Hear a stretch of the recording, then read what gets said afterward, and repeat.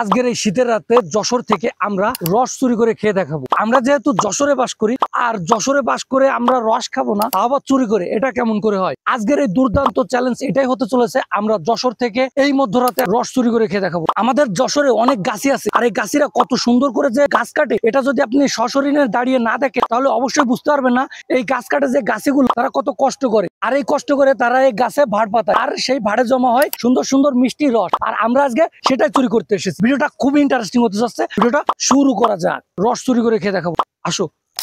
আমার এক হাতে আছে পাউরুটি, আছে প্লেট। আমরা রস প্রথমে এটার ভিতরে ঢালবো, তারপর আমরা এই পাউরুটি দিয়ে ভিজায়ে খেয়ে টেস্ট করে দেখাবো রসটা আসলে কেমন। আর যশোরের যেহেতু রসটা অনেক খাঁটি অথেন্টিক হতে চলেছে, আমরা জানি যে আজকে আমরা এই বিষয়টা দেখাতে চলেছি যে গাছ থেকে পেড়ে আনা রস কতটা সুন্দর আর কতটা অ্যাট্রাকটিভ হতে পারে। এই ভিডিওটা অনেক দীর্ঘায়ু না করে আমরা রসের যে মূল টেস্টটা সেটাই আজকে নির্ণয় করবো, আর দেখাবো আপনাদের রস দিয়ে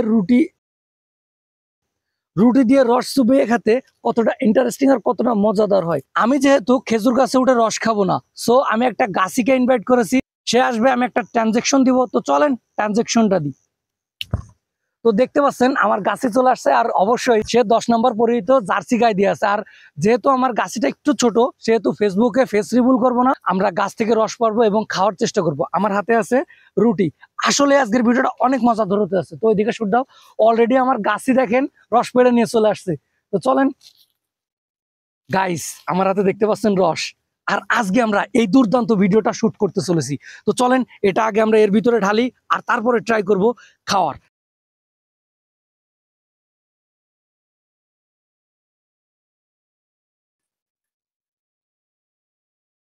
গাইস, রস তো একদম খাঁটি আর অথেন্টিক।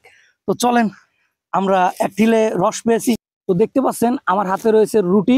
প্রত্যেকটা খাওয়ার আগেই বিসমিল্লাহ বলতে হয়, সেটা চুরি করা হোক কিনে খাওয়া হোক। তো চলেন বিসমিল্লাহ বলে আমরা এই রুটির একটা বাইট এই জায়গা থেকে রস থেকে ভিজাই এবং মুখে দিয়ে আপনাদের সাথে শেয়ার করি। বিসমিল্লাহ।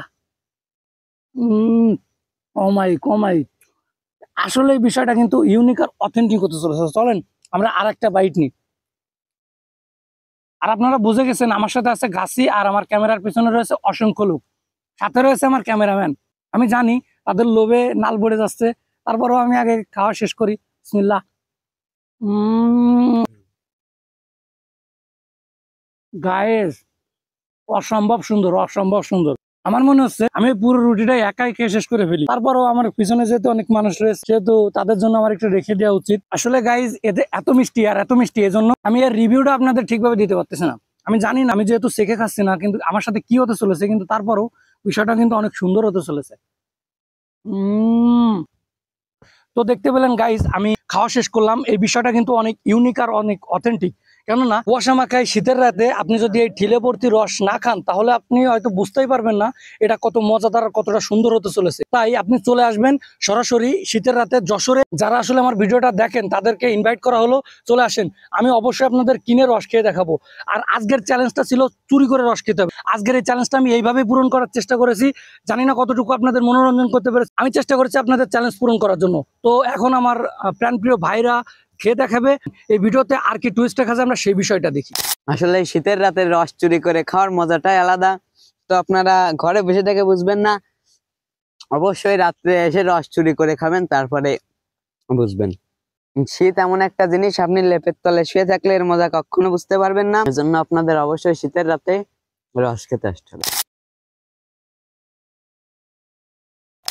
চলে আসতে হবে শীতের রাতে খেজুর গাছ তলাতে, আর উপভোগ করতে হবে এই সুন্দর মজা। কেননা গ্রামগঞ্জের মানুষরা এইভাবে জীবন জীবিকা নির্বাহ করে। এটা যে কতটা মজার ইন্টারেস্টিং হতে চলেছে আপনারা আমার ভিডিও দেখে অবশ্যই বুঝে গেছেন। এই শীতের রাতে আমি যদি এই রুটি দিয়ে এই রস ভিজিয়ে না খাই, তাহলে কিন্তু আমি এই মজাটা বুঝতে পারবো না। সো দেখেন কতটা সুন্দর না গাইস। এই মজা উপভোগ করতে অবশ্যই আপনাদের এই শীতের রাতে খেজুর গাছতলায় আসা লাগবে, আর উপভোগ করতে হবে এই সুন্দর মিষ্টি রস। আর যশোরের রস সেহেতু অবশ্যই অনেক মিষ্টি হতে। চলেন আমরা আরেকটা বাইট নিয়ে আজকের এই ভিডিওটা শেষ করি। বিসমিল্লাহ। ও গাইস, অসাম। আপনারা অবশ্যই যশোরে এসে এই অরিজিনাল আর অথেন্টিক রসটা খাওয়ার ট্রাই করবেন।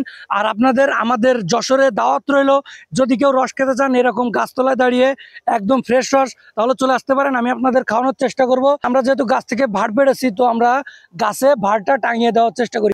যে মামা কষ্ট করে রস কেটেছে তাকে অবশ্যই আমরা লস করাবো না। সো আমরা আগে ভাড়টা টাঙাবো, দেন আমাদের ভিডিওটা শেষ করব। চলেন আমরা ভাড় টাঙানোর শ্যুটটা নিতে থাকি।